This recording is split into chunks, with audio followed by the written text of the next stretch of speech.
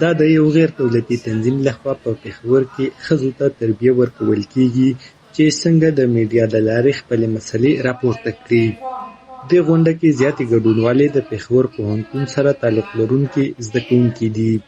د خیبر ضلعې سره تعلق لرونکي د پوهنتون د جرنالیزم څانګې زده کوونکي سما امجد وایي په میډیا کې ښځو کارکوونکو ته ډېرې موقع نه ورکړل کیږي، خو دوی کولی شي چې د سوشل میډیا د لارې خپل غږ پورته کړي.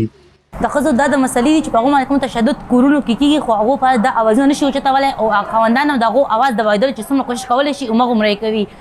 د ښځو ته دومره خپل اظهار خیال خپل د اواز د کوم د خلاف روان دی، دې څه زیاتي کېږي، هغې په اړه مطلب دې ته خپل اواز اوچتولو موقع میلاو شي چې په سوشل میډیا دوی په هر یو تر وي چې زموږ د جینکیان او هلکان په منځ کې هغه وي جنډر مطلب چینجز ده چې بالکل ایکول شي. په دې تربیه کې یو بله برخه اخیستونکي فرح خان وایي ښځې ټولنیزې رسنۍ د سړو مقابله کې ډېرې کمې کاروي چې ورسره د روانو چارو نه ناخبره پاتې شي، د روزګار مواقعو نه محرومي او دوی ته ورپېښې مسلې هم پټې پاتې شي. فیمیلز زیاتره زموږ چې کومې زنانه دي نو ټولې نه، خو سبا کې داسې دي چې په کورونو باندې ناستې دي او هغې ته هېڅ قسم معلومات نه رسیږي، نه د هغې داسې اپروچ ته دی سوشل میډیا ته. نو سوشل میډیا که دی استعمال کوي نو یو خو دا ده چې دې ته مختلف قسم معلومات، که هغه د پالیټکس حوالې سره دي، که هغه د ژوند نور فیلډ سره ریلیټډ معلومات دي، هغه دې ته رسیږي. دې نه علاوه که موږ وګورو نو ای کامرس هم په دې طریقه باندې کېږي. سوشل میډیا باندې داسې ډېر اپورچونیټیز دي چې خلکو په هغې باندې خپل بزنس سټارټ کړي دي. نو اوورال سوشل میډیا فیمیلز لپاره یو ښه پلیټ فارم دی که دې صحیح طریقې سره استعمال وکړي.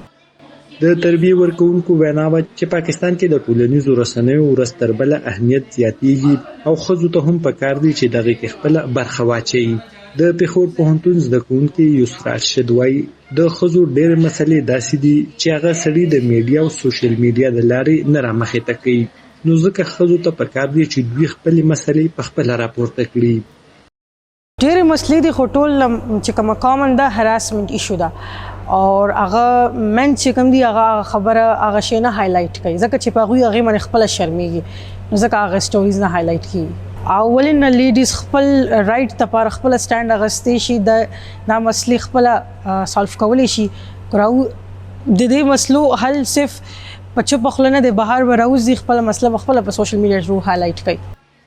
د انټرنیټ او موبایل استعمال په اړه معلومات راټولونکې ادارې GSMA تېر کال خپل یو ریپورټ کې ویلي په پاکستان کې د ښځو او سړو ترمنځ د موبایل په استعمال کې ډېر تفاوت موجود دی.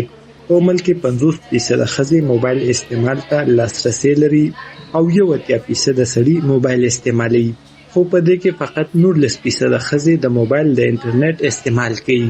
ارشد مومن، وایس اف امریکا، ډیوا، پېښور.